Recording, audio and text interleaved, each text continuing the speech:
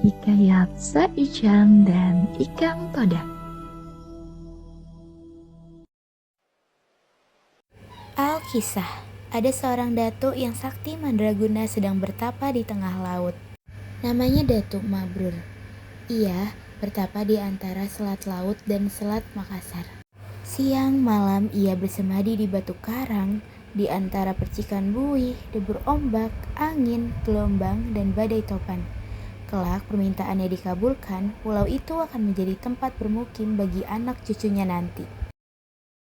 Ketika laut tenang, seekor ikan besar tiba-tiba muncul dari permukaan laut dan terbang menyerangnya.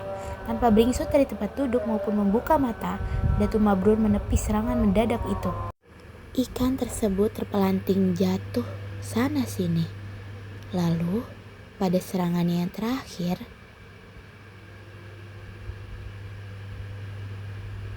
ikan itu terpelanting jatuh persis saat Datuk Mabrur membuka matanya. Hai ikan, apa maksudmu mengganggu semadiku? Ikan apa kamu? Aku ikan todak, raja ikan todak yang menguasai perairan ini. Samadimu membuat lautan bergelora. Kami terusik dan aku memutuskan untuk menyerangmu. Tapi engkau memang sakti, Datu Mabrur. Aku takluk. Jadi itu rakyatmu. Iya, Datu. Tapi sebelum menyerangmu tadi, kami telah bersepakat. Kalau aku kalah, kami akan menyerah dan mematuhi apapun perintahmu. Datu, tolonglah aku. Obati luka-lukaku.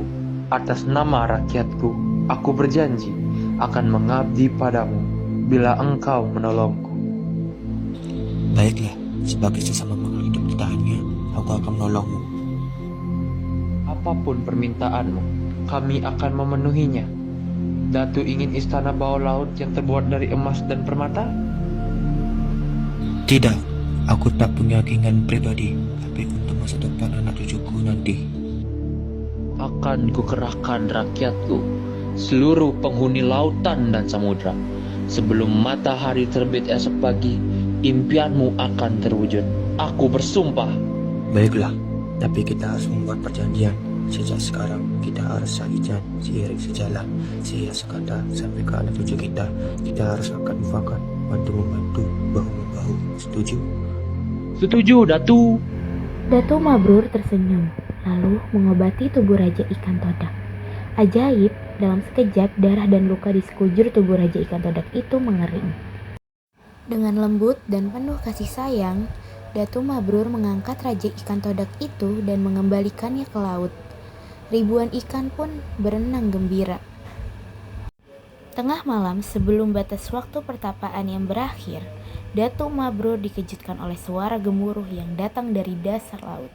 Gemuruh perlahan, tapi pasti. Gemuruh suara itu terdengar bersamaan dengan timbulnya sebuah daratan dari dasar laut. Kian lama permukaan daratan itu kian tampak di bawah permukaan air. Ternyata jutaan ikan dari berbagai jenis mendorong dan memunculkan daratan baru itu dari dasar laut. Datuk Mabrur tercengang di karang pertapaannya. Raja Ikan Todak telah memenuhi sumpahnya. Bersamaan dengan terbitnya matahari pagi, daratan itu telah timbul sepenuhnya berupa sebuah pulau lengkap dengan ngarai, lembah, perbukitan, dan pegunungan. Tanah tampak subur. Pulau kecil yang makmur berdiri di atas laut. Datuk Mabrur amat sangat gembira karena impiannya tentang pulau yang akan menjadi tempat tinggal bagi anak cucu dan keturunannya telah menjadi kenyataan. Permohonannya telah dikabulkan.